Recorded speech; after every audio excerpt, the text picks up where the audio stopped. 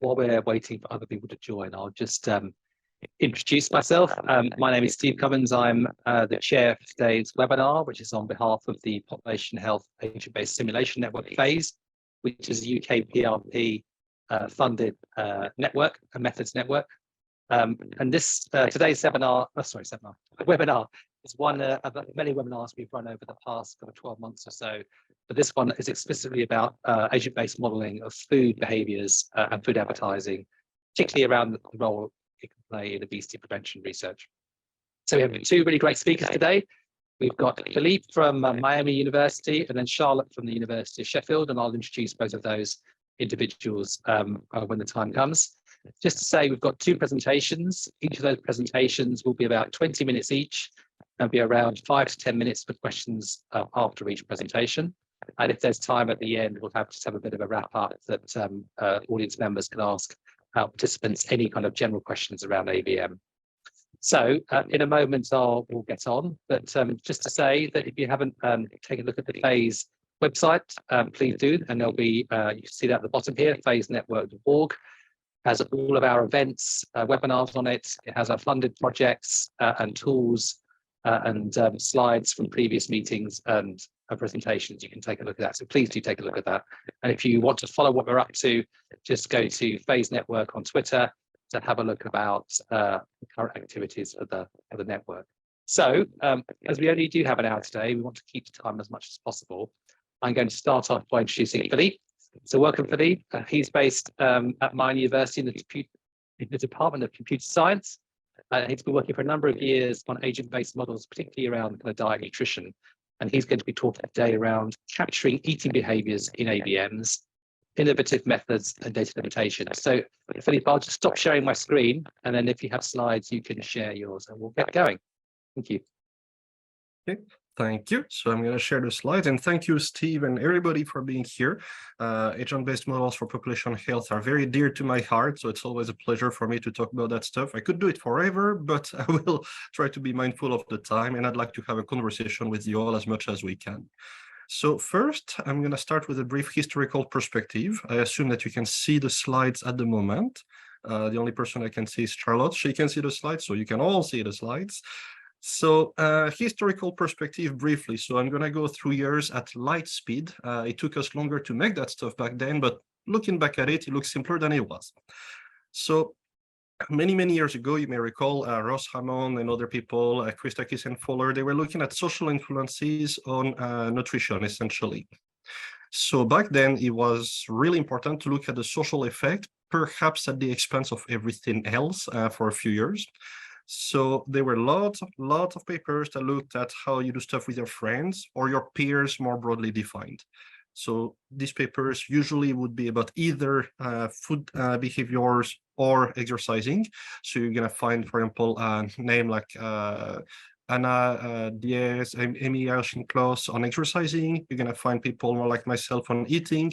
So there have been various groups who were modeling either side with a huge emphasis on social effects. Could be family, friends, peers, more broadly defined. The questions that perhaps the first 5 to 6 years looked at were about the balance, essentially. So we were looking at everything that people do together, how it affects the energy balance, hence how it changes somebody's weight, either through lean mass or fat mass, or just the weight overall. The first models that came out were really crude, but you gotta start somewhere. So I'm not blaming or saying that it wasn't good. No, I'm saying it was a starting point. So this model, we forget a little bit because it was perhaps unnoticed and it was really early on, but it was one of the foundations when it came to ABMs today for obesity, whether we realize it or not. So a very simple idea back then. I like cute drawings, perhaps people remember them better. So very simple idea is that every person had an equal number of peers. We know it's not true, but we got to start somewhere. And so what they simply said back then is that every person could be categorized as a positive or negative influence, basically whether they tend to drive your own weight up or down. And it was essentially what we would look at today as a cellular automaton. A cellular automaton for me is a special case of an ABM where the agents don't move around because cells of a cellular automaton are fixed, so agents aren't moving, and everybody has pretty much the same number of peers. So a little simplified. That rule, however simple it was, it lasted for quite a few years. So you're going to find many foundational models that have a simple rule that simply look at your peers and say, well, I'm going to go up if most of them are up. That's basically how it goes. So here, if most people around you are obese, you're going to go obese. If most people are leaner, you're going to be leaner. Some models will just go up, down, but it basically looks at most people around you. Obviously, there are limitations. Every model you could look at has limitations because models have to be simplifications of reality. The limitations on this one are perhaps more glaring, but all models have limitations. So one of the first discussions there many years ago was about the structure of social networks. Because when you look at social networks and their influence on human behaviors, you look at the structure, so who is connected to whom, and the heterogeneity of social capital. And you also look at the function, so what do people do together? So there was a shift which took some years from that very early work, which was cellular automaton based, onto one that was looking at the heterogeneity of social contacts. So in that shift, which was essentially the work of Barr and others, there was a big, I would say, a landmark study for people who did obesity research. I remember when I was in the lab and it came out in 2009, a lot of people who were in obesity research, not in modeling, were suddenly aware of it. They were starting to read that. So it had an impact in that sense. So now social networks were entering the game, if you will. So you can look at classic forms that we know today as being small world, scale-free, various sorts of topologies and ways in which people are interconnected. The funny thing, though, is that the same rule applied. So they changed the typology, but the same rule of the majority of your peers are going to drive yourself to a change. That same rule applied. So that rule had some caveats. If you simulate that rule in certain configurations, everybody becomes obese. We know every model has its flaw, but that one was kind of a big problem because you don't want to have certain configurations in which the whole population becomes obese. That's a little too much. The model still has to be fit for purpose, and that was a little excessive. So this model was a nice analogy. I used that when I taught for a number of years, but beyond the analogy, it needed a lot of work still. And that's okay. Models still need some work. That's why we put in some grants. That's why we have webinars, seminars, and all variations thereof. So when we did our own work for that, so it was early 2010s, took us some years. So we started looking at the physiology, we looked more at the social effects, and we tried to put that all together. So I like models that are comprehensive,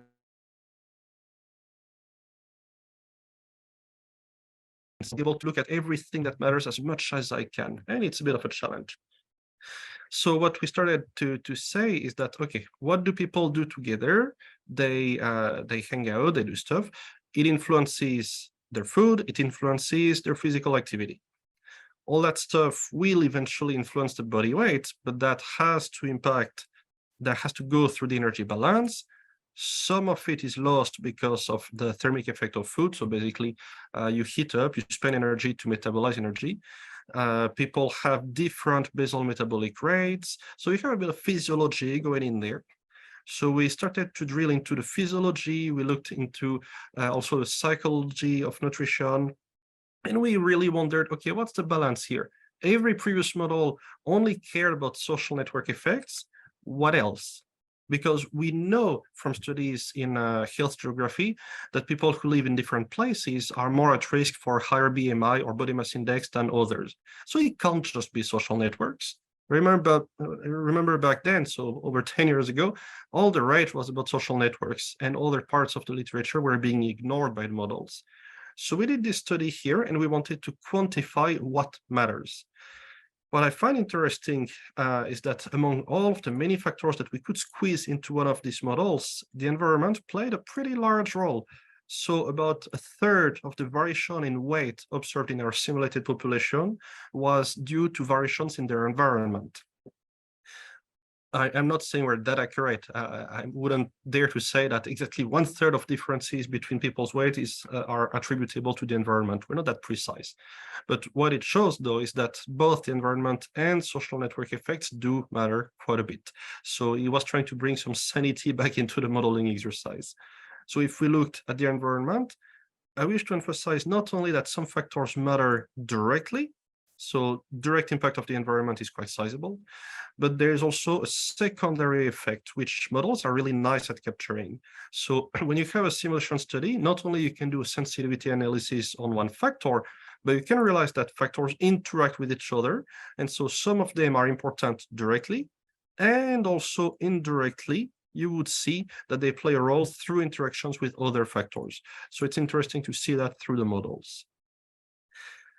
Models got more and more complicated over time, so I feel sorry for people who enter the field now because it's not getting easier. Our technical sophistication does go up. So what I've seen over time is that we had more and more data sources, so more and more data, not necessarily quality data, not necessarily data sets that you could link and use together in one study, but nonetheless, more of them. So as time went on, we started including more and more data sets, in particular, so we could look at how behavior was driven by price fluctuation, by access to food, later on, so that we could look at behavior not just in terms of nutrition, broadly speaking, but in terms of consumption of foods that were too high in salt, too high in sugar, so specific types of foods. So that's something we released in the AJPH well, almost 10 years ago. So that's the end of my historical perspective before I shift.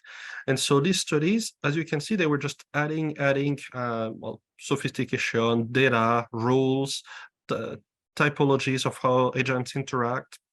But that's been going on for a while. And now we are in a different state, I would say.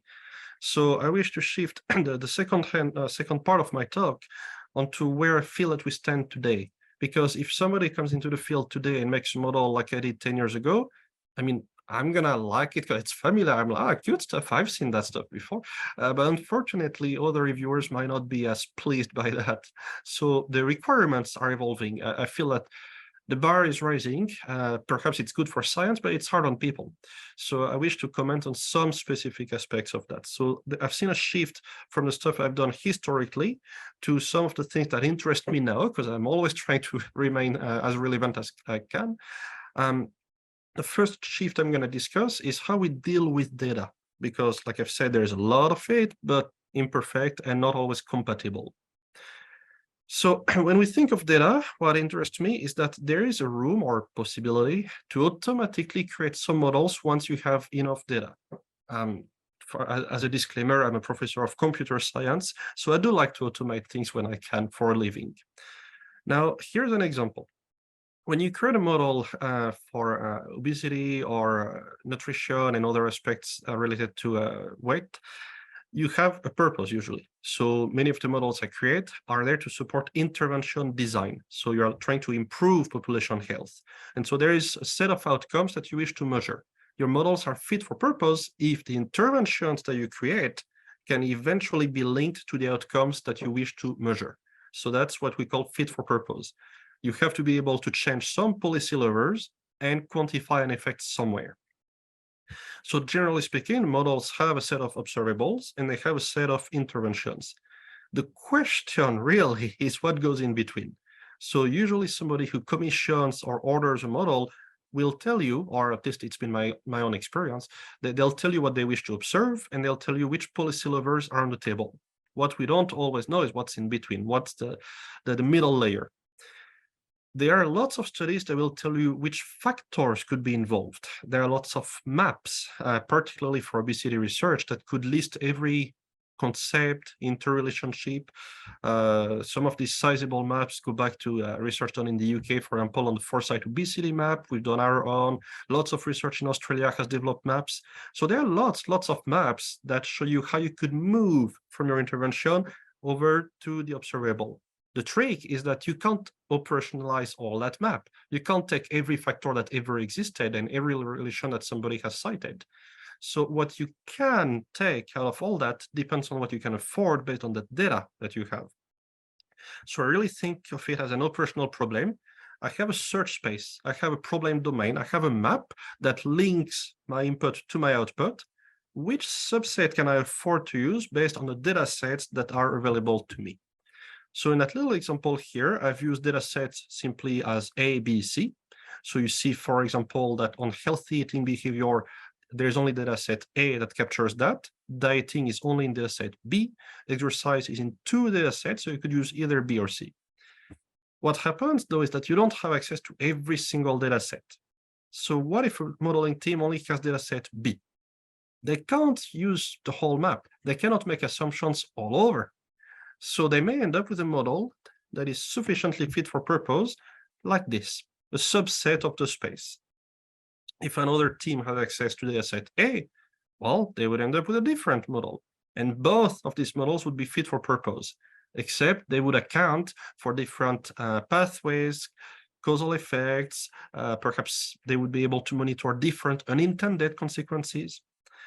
So I find it very interesting to automate the translation from data to models, because particularly for obesity research, we have very sizable detailed maps of the problem space, and we have a lot of data. So given all we have, how can we make a model out of it? So I think that's an important question that is that I see as gaining traction or growing importance. Just to make sure that we do stay on time, so I will respect Steve's interest in the clock keeping. I wish to pivot to a second aspect, which will be the second and last that I will discuss briefly here. And that is, how do we make people who really behave differently in our models? So it's an independent question from the previous one. The previous one is all about, given that I have a map of obesity and data, how can I make a model? The question I'm shifting to now is, when you make an agent-based model, how can you make sure that your agents behave differently? And I emphasize the terms behaviors here. There are many models in which the agents would look different, and that's pretty simple to do. So your agents can have a different height, different weight, different race and ethnicity, different socioeconomic status. But in many of these models, regardless of their visible or invisible differences, the agents still have the same set of rules. And for me, people do not follow the same set of rules. So how do we make sure that our agents have different rule sets? Not only different looks, but different behaviors, because even if they saw the same thing, they would react differently. So the slight criticism here is that many of the models that I have seen over the years, they assume that agents may have different traits or values or characteristics, whatever you want to call them. But at the end of the day, all of the agents have the same decision-making module. And what I'm seeing in reality is people don't behave like that.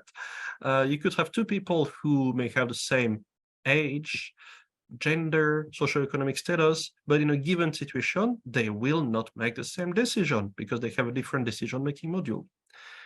So what I'm interested in is in making agents that will think differently, that will have their own rule sets. This is a challenge both from a modeling viewpoint, how do you make it? And from a data viewpoint, how do you validate, calibrate models like that?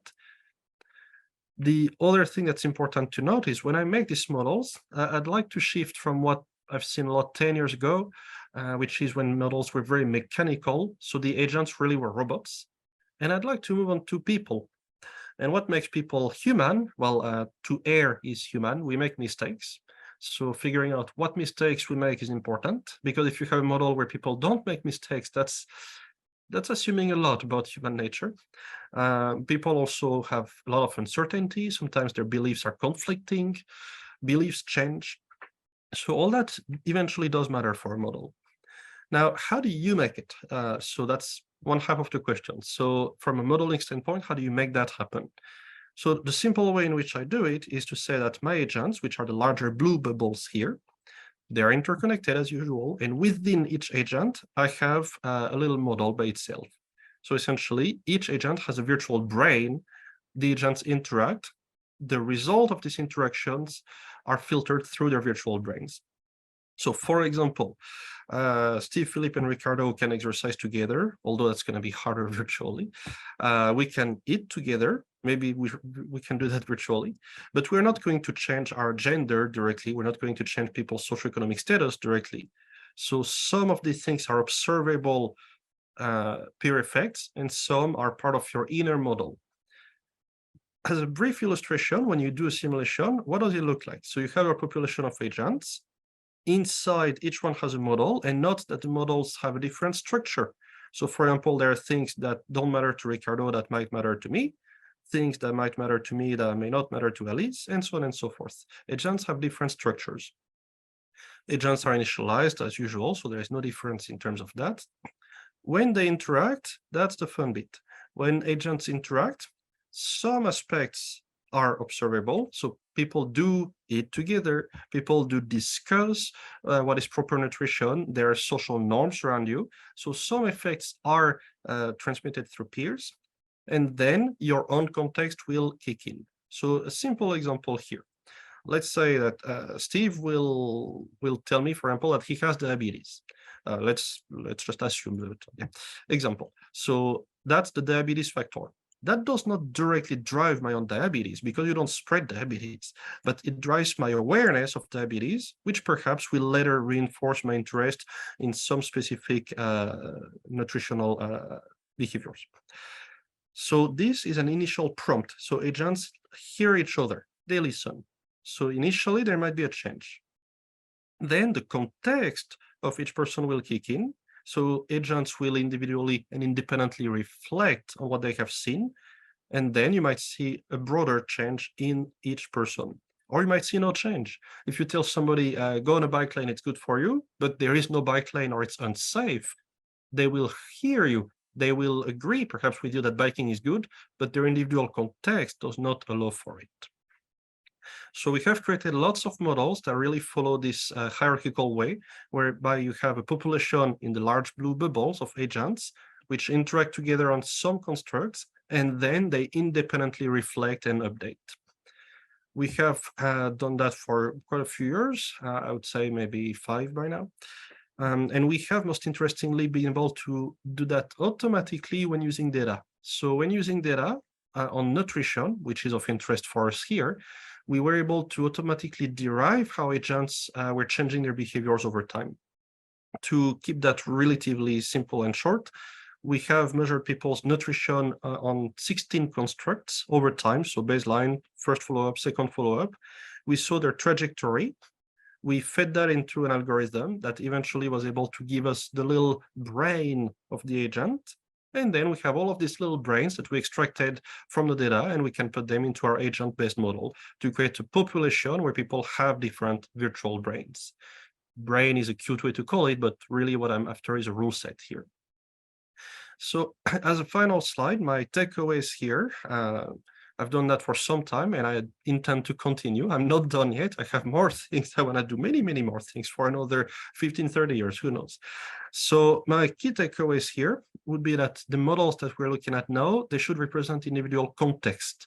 Because if you have a model for population health where you assume that people are the same, then you run the risk of having a one-size-fits-all intervention, and it might not work. And we probably know it won't work. So people are very different. Maybe not every individual is different. Maybe you can have groups, but context does matter.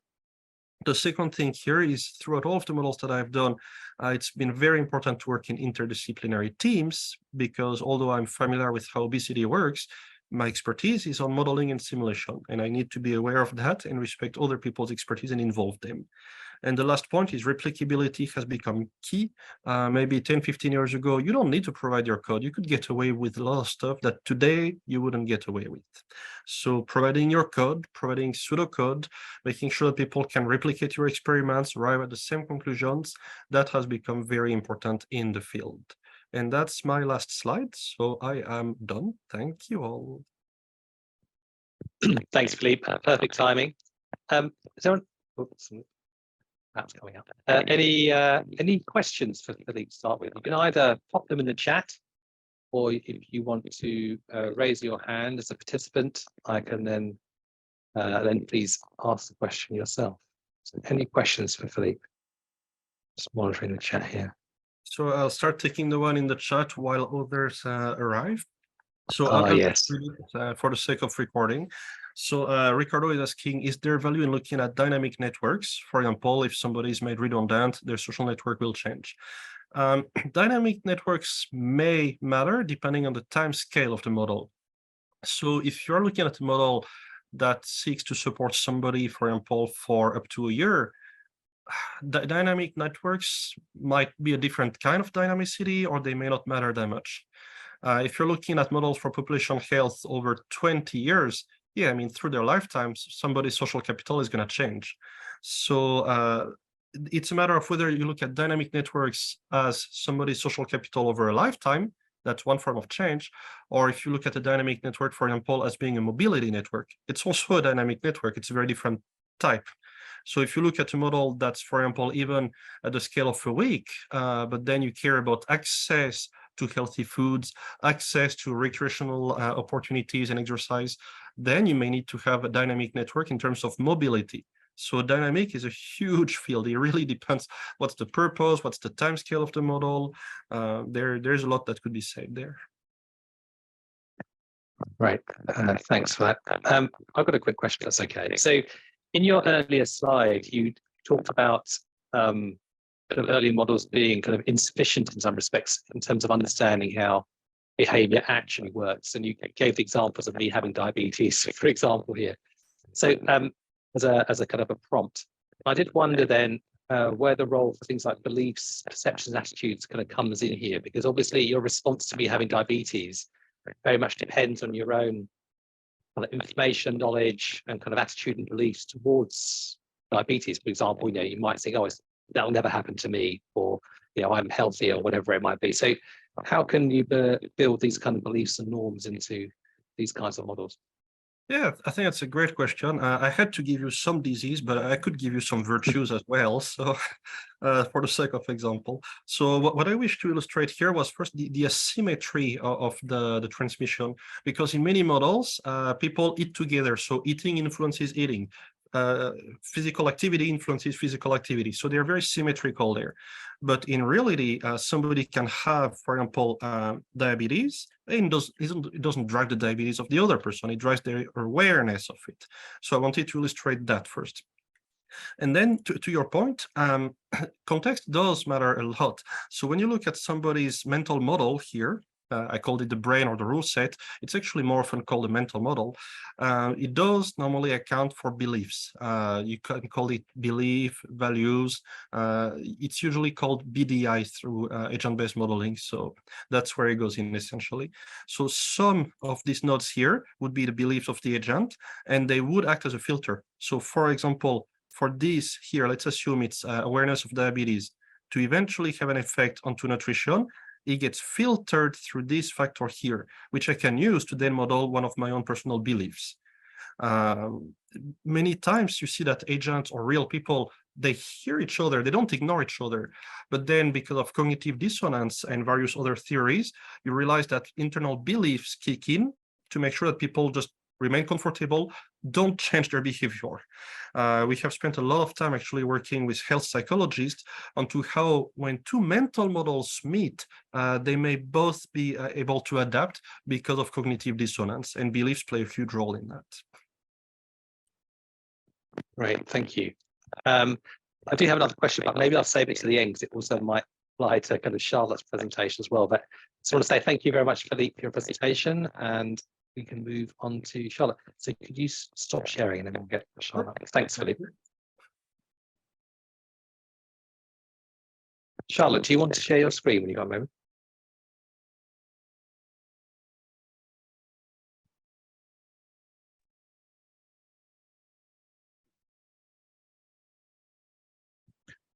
Okay, can everyone see that? Yeah, so there's just one extra question in the chat for Jackie. Jackie, if you can hold that to the end, maybe we'll take some at the end and we'll wrap up. Right, so oops, 1 second. So I'd like to introduce Charlotte Buckley, who herself is a health psychologist, and she currently works in the Department of Automatic Control and Systems Engineering at the University of Sheffield. And she's going to talk to us today about exploring the relationship between food advertising, consumption of HFSS foods. Thanks, Charlotte. Great. Thanks, Steve. Yeah, so I am a psychologist turned agent-based modeler. And yeah, I'm going to be talking about some work we've been doing to try and build an agent-based model of the mechanisms that underlie what happens when a food advertising policy is introduced. So for this model, we wanted to have a case study to kind of shape the model around and have a real world example to kind of focus on. So we chose the advertising ban on Transport for London for HFSS foods. So some of you will be very familiar with this, but to give a bit of background to the policy, in 2018, this was the situation on London Transport Network. So there were lots and lots of adverts and photos of foods high in fat, salt and sugar, and especially a lot of fast food adverts were around as well. And then in 2019, TfL banned all advertising of foods high in fat, salt and sugar, which I'll refer to as HFSS because I'm going to be saying it quite a lot throughout the presentation. So the situation changed to something like this. So just adverts for non-food items were kind of everywhere instead. And then an evaluation found that that policy led to a 6.7% reduction in the purchasing of HFSS foods. So the policy seems to work, but what we were interested in for this study was the mechanisms underlying the effectiveness of the policy. So the assumed logic of how the policy works is something like this. So there's an advertising ban that leads to the reduced purchasing of HFSS foods, that leads to the reduced consumption of HFSS foods, and that leads to improved population health.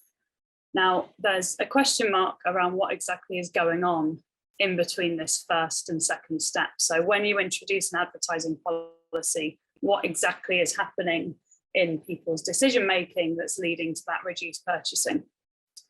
So there's some psychological evidence that suggests that food adverts can act to embed social norms and environments. So if you're walking around on London Transport and there's pictures of HFSS foods everywhere, that is kind of somehow embedding in your internalized norm that is normal, and it kind of becomes more normal the more pictures are around, is the idea. So altered perceptions of these social norms are one possible mechanism that may underlie the effectiveness of the policy. So the aim of this study was to develop an agent-based model to explore the different mechanisms that could underlie this relationship between food advertising and food consumption. So the initial mechanism that we've gone for is the changes in the perceptions of social norms. So we wanted to see if we could get the model to be able to generate the changes that we observe in HFSS consumption proportionate to the policy effect that was observed in London, just by changing social norm perceptions. So can we generate that 6.7% reduction using our model? And I should say at this point that for the purposes of this model, as it's a first proof of principle model, we're treating consumption and purchasing as the same thing. So we're assuming a one-to-one correlation between purchasing and consumption, which is obviously not correct, but it would be too complicated at this stage to try to model that purchasing to consumption behaviour. So now I'm going to go through the conceptual model that underlies the agent's decision-making in the model. So on each day of the simulation, agents decide how many HFSS calories to consume from these different categories that range from very low through to very high. And we've called these categories schemas. Okay. Laser pointer. Great. So the decision-making process that the agent goes through is based on psychological theories. So this first part is based on dual process theory.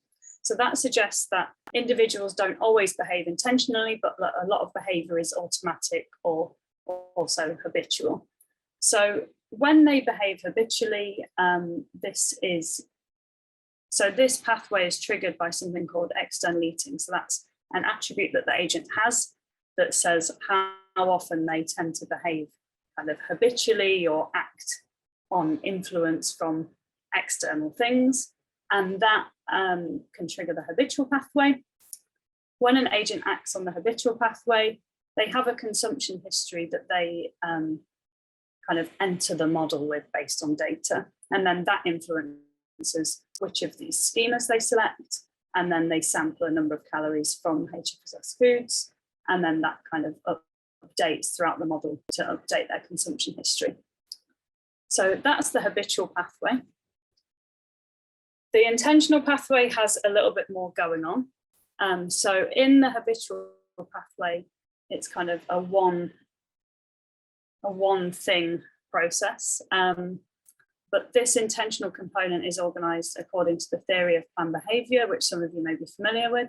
So in the theory of planned behavior, agents have perceived behavioral control, perceived norms, and attitudes. And these are about the behavior, so about consuming HFSS foods. So they have kind of attitudes about these different levels of HFSS consumption. That influences their intention to eat different amounts of HFSS foods. And then that influences which schema and ultimately how many calories they consume. And these elements are influenced by individual attributes that the agents have. So they have things like restrained eating. So if they have high restrained eating, they're more likely to have higher perceived behavioral control. If they have higher emotional eating or just have a higher preference for different HFSS foods, then their attitudes are influenced by that. And the perceived social norms are influenced by descriptive norms about consuming HFSS foods in their reference group.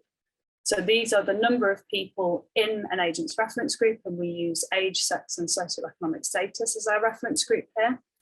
This kind of, the agent has a kind of lookup table where they look up what other people like them are doing, which is then influenced by individual biases. So we know that people tend to assume that other people are behaving more similarly to them.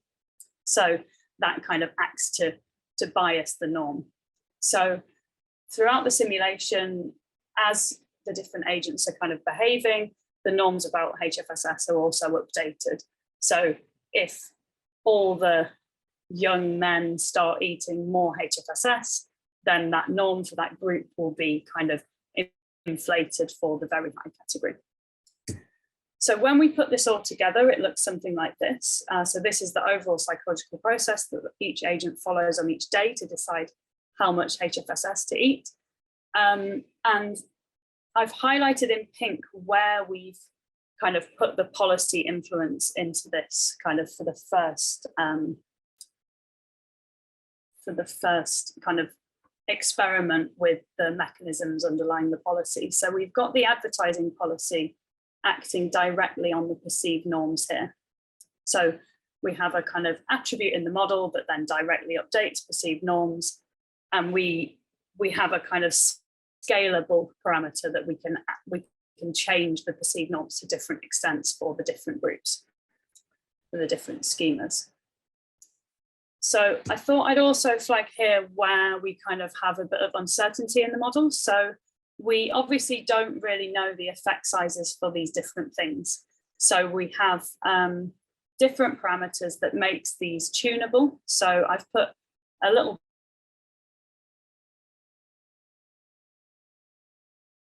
all these kind of different effect sizes can come in, and then we calibrate these to real data that I'll go through in a moment. So people can kind of have in the model, restrained eating can either have a big effect or a small effect, and it's tunable by this parameter. And it's the same for all of these other parameters in the model as well. And this model was adapted from a simulation model that we did for alcohol use behavior. So this is kind of the background to this is that we're kind of translating it to see if it can work for food choices as well as alcohol use. So in terms of the agent-based model, we did it using object-oriented design, using the unified modeling language, and we used the mechanism-based social systems modeling conceptual architecture, and that can be found at this link if you're more interested in learning about that. And that was something we developed through something called the Cascade Project, which was a large alcohol use project in the US.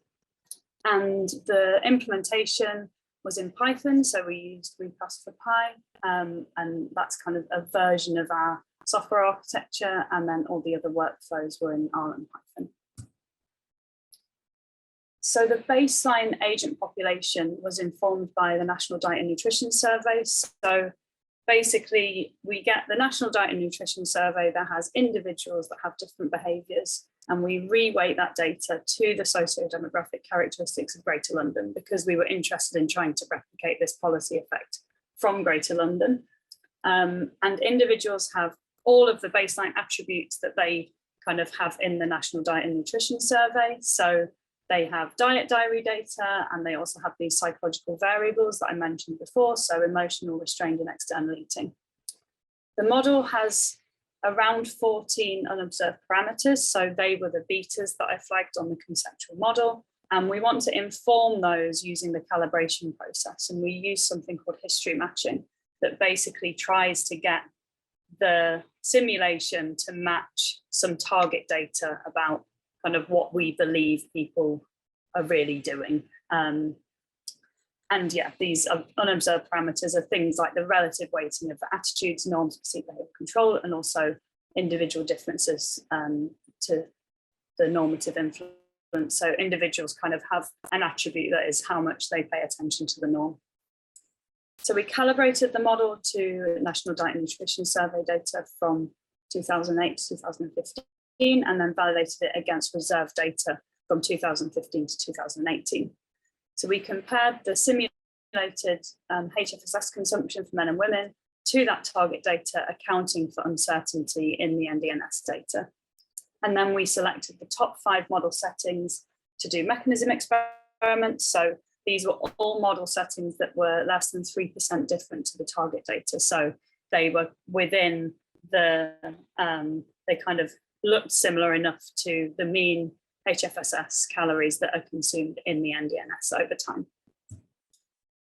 So for the social norm experiments, I've just got an example here to explain kind of how we did that. So here I've got an example of an individual agent, and they have a perceived social norm. So they perceive in the model the proportion of calories that they think is coming from each schema category for their reference group. And this agent's reference group is an 18 to 24-year-old man with low socioeconomic status. So their original perceived norm looks something like this. So we've got the schema as before. These are the very low to very high. And then this is the proportion of time that any given individual will behave in this category. So this is saying that 41% of days, any given individual from that category would be consuming 41%. On 41% of days, they would be consuming calories from the very high category. So we implement this advertising ban in the model. So we do that by reducing this perceived norm, and then their updated perceived norm will look something like this. So it's gone from 41% to 26%.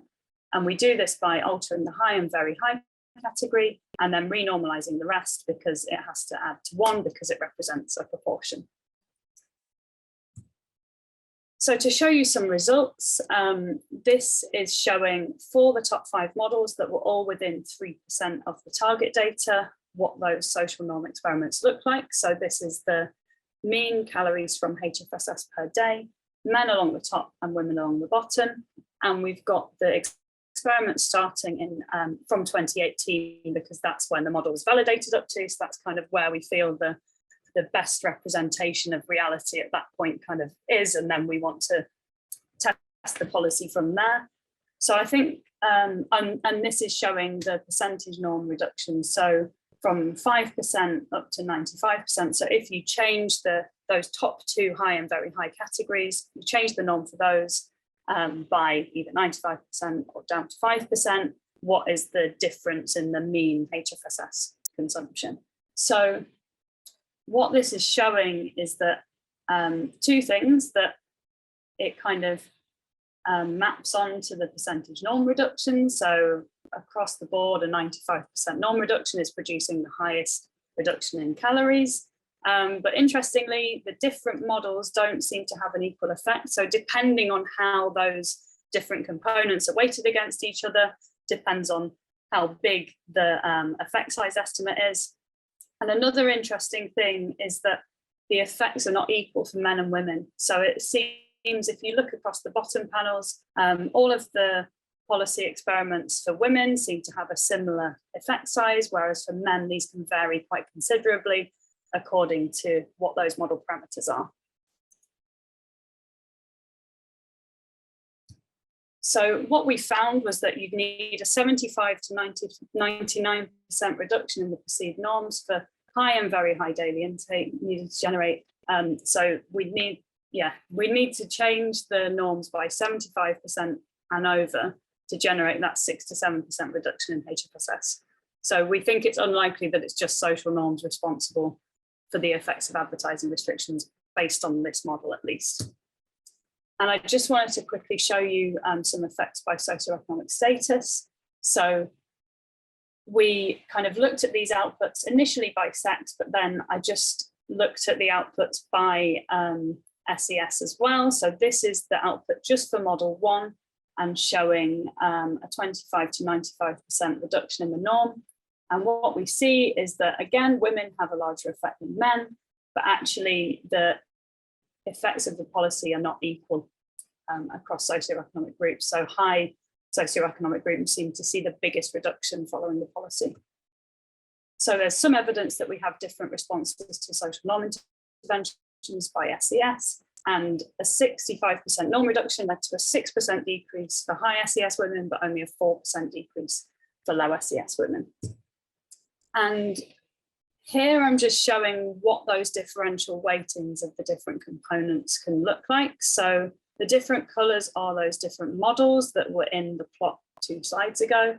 And these are showing the betas, so the relative kind of weightings or effect sizes for the different components. And what this is showing is that we've kind of identified these 5 competing explanations that have different weightings of the different components, but they all seem to match the observed NDNS data. So we've kind of got this plurality of explanations. So we think this means it's important to consider these explanations simultaneously and also to account for this uncertainty in policy effective explanations. So a quick summary, we've developed an agent-based model that can incorporate psychological theory and can be used to explore different mechanisms underlying changes of behaviour in response to policy changes. We needed quite a high reduction in social norms to reduce consumption by that 6 to 7%. So to be in line with that TfL evaluation, we would need to reduce the norms a lot. So we think that means that they're just one of many mechanisms underlying these reductions in HFSS following an advertising policy. And we've identified these 5 competing explanations for how the psychological components kind of come together to generate consumption of HFSS foods. And each explanation gave us a slightly different estimate of what the reduction would be expected to be. And our model can use these explanations simultaneously. So I'll just finish by saying some things about the future direction. So this picture actually appeared in Sheffield at the tram stop while we were doing this project, so it seemed quite fitting. So the idea would be that this could be used to kind of evaluate what might happen if different adverts were introduced in different places, kind of as a kind of model to show the kind of range of possible outcomes for that. So we see it as a potentially useful policy tool. And I'd just like to finish by acknowledging my collaborators and especially Matt, who was the software engineer who coded up the whole model for me. And yeah, this project was funded by the Phase Network, which I'm very grateful for. So I think I'll stop there for questions. Brilliant. Thank you very much. That's excellent work. Really clear. And any questions from the audience?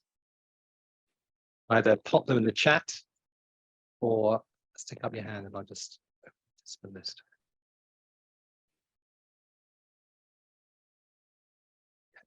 Sure. Maybe can I ask a quick question? Because I think that this shows my naivety more than anything else.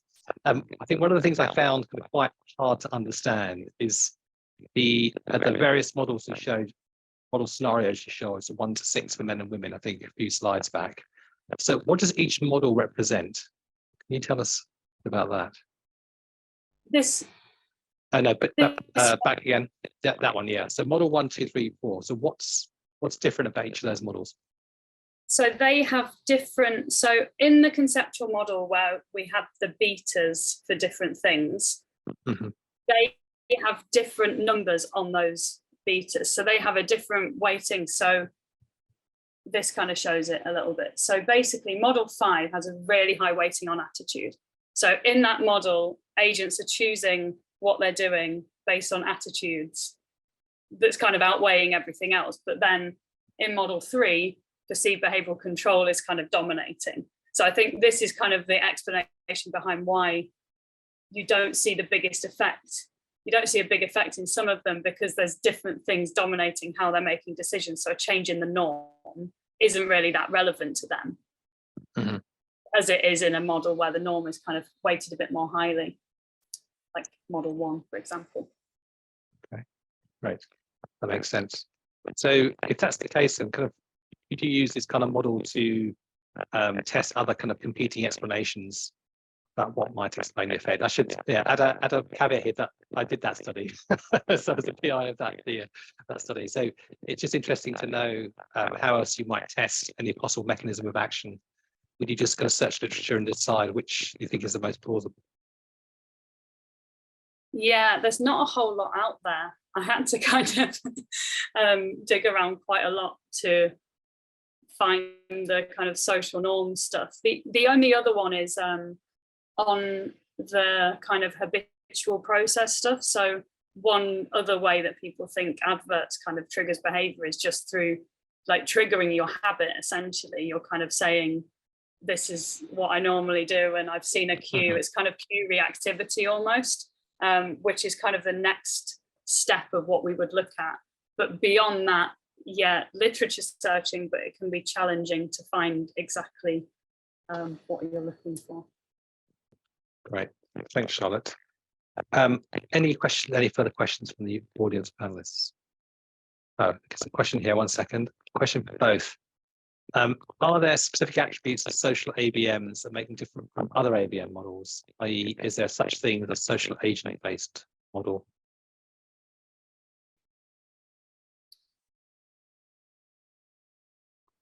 So, how we go with that, Charlotte?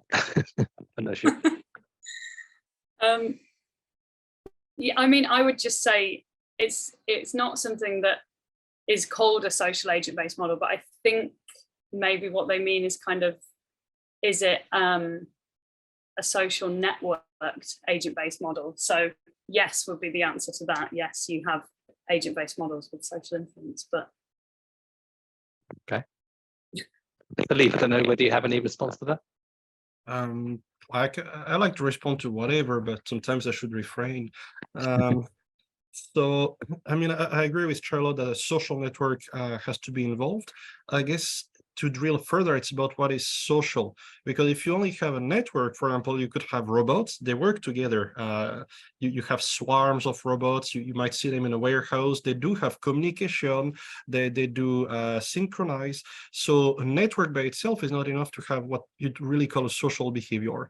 So when it comes to what makes a computational social science project, I would say that beliefs, values, uncertainty, and eventually mistakes are part of what makes us profoundly humans. And otherwise, you might veer into more of a robot behavior. Okay, thank you. There's another question here from Nathan Griffiths, who's based in Warwick, but isn't actually here at the moment. He says here, in the wider multi-agent systems community, in addition to representing expected or emergent behavior, norms are often viewed as having associated obligations with potential punishment, reward, deviation, or adherence, respectively. Is this second kind of form of norms still in these models? And is that likely to be a useful way of thinking about norms and beliefs in these models? Question to both of you, I guess. I can answer that. So I think what they're referring to is injunctive norms. So the kind of idea that there's expectations on what people should do. And I would really like to incorporate them into this. At the moment, the first step is just descriptive norms. In the alcohol use models that we've done before, we have injunctive norms because we had a really interesting data set that we could use to inform it, which was where people said, how much should a man drink? how much should a woman drink, and you kind of had all of these things to inform it. But it's difficult to kind of start from no data and kind of populate a model with injunctive norms without having a nightmare with parameter calibration, because you would need lots of parameters for all the different categories. Great, thank you. One other question here in the chat for Charlotte. How do you decide which combinations to use in each model? I guess of God, reminds me of blank, whatever it is. Yeah, so we tried to stick in the kind of overall architecture. We tried to stick to the theory of planned behaviour as closely as possible. So this model is essentially a test of the theory of planned behaviour, because we've got norms, perceived behavioural control, and attitudes. And in determining what goes into those components, it was purely data availability. So if we had good data available on things that we thought would determine attitudes or perceived behavioural control, we use that.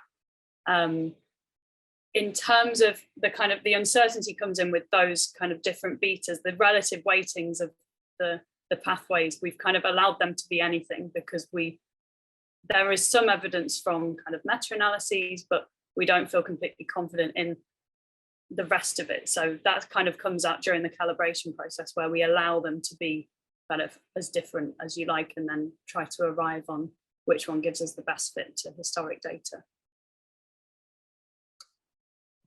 Right, thanks, Charlotte. So, yes, so thanks, Luca. We have basically 3 minutes left. So I'm going to give the audience one more opportunity to ask a question, but if not, I do have one for both of you just to finish off with, if that's okay. So the question I'm often asked, particularly by policymakers and decision makers, and there were a few on this call, I think, not sure if they're still here, is how can these be used usefully, agent-based models, these kinds of models, to make actual decisions in practice? And so sometimes I think that we kind of try to make a case for ABMs, but we're not very good at answering that question. We're actually faced with someone who does applied public health work. So I just, given we're kind of doing some quite policy relevant stuff here, it would be useful to get your take on how we might kind of bridge that gap between the science that you do and then the application in practice.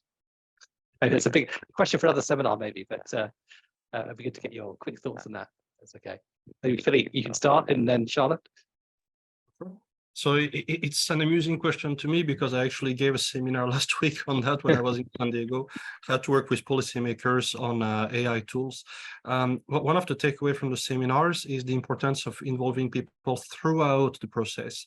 I see, unfortunately, a lot of models developed only by modelers, and bless their heart and everything, but these models are not used by policymakers, because if a modeler just does his or her own thing, publishes it, puts it on a shelf, it does not reach its audience. And I've also seen a slightly better version where people talk to policymakers at first to figure out what they need, and then later on they deliver the model, and that's it. And for me, that's not enough, because people's needs change. If you were able to see a prototype of a model, and then you can refine your questions, and then you can see, well, how to interpret the results, how do I explain that to my constituents too, then it's more useful. So I would really advocate for the involvement of policymakers and other subject matter experts throughout the development of the model. And there are very codified ways to do that. You have the Aqua book in the US, for example, that does a very good job at figuring out the role of every person, from the modeler to the subject matter expert to the commissioner. So there is a process, and it requires involvement throughout development. Thanks, Philippe. Charlotte, do you have a view about that? Yeah, I agree with Philippe. That was going to be my answer about we're trying to move kind of more towards model co-design, so including the kind of end user of the model from the beginning and throughout. I also would say two things. I think trying to kind of simplify things for people to understand is a challenge, and Rick is currently doing some work with us as part of this project to try and develop a kind of prototype web tool that policymakers could look at kind of in those early conversations and say, this is the sort of output that I would want to look at. These are kind of the sorts of things that I would want to be able to find out. And then the last thing I'll say on this is that I think we should kind of develop a flexible modelling framework that can kind of move in line with different policy demands and changes, because it can take so long to build one of these models that by the time you've actually built it and you're kind of happy with it, the policymaker might be like, oh, we were interested in that 3 years ago, but now it's this problem. So kind of trying to build in that flexibility from the start, I think, is a useful thing to do to kind of keep the model relevant. Brilliant. Thanks, Charlotte. And I think it speaks to Philippe's point about making all the code open, these models open, so these can be flexibly used by others as well. So, okay, thank you very much. I'll just finish now then. So it's just gone 4. So thank you both for keeping the time, and massive thanks from me and Rick and the team at Phase for taking your time to give your talks today. Really great, really interesting. The recordings will be available on the Phase website, which is phasenetwork.org. So please tell your friends, and we look forward to seeing the work in publication form at some point, I guess. And I also just want to say thank you to the audience for sticking with it. It's a hot day in the UK, at least, or relatively hot for the UK. So in my office, which is very sticky at the moment, I'll be glad to get some fresh air in a sec. So thanks to you both, thanks to the audience, and thanks very much for your time today. See you all soon.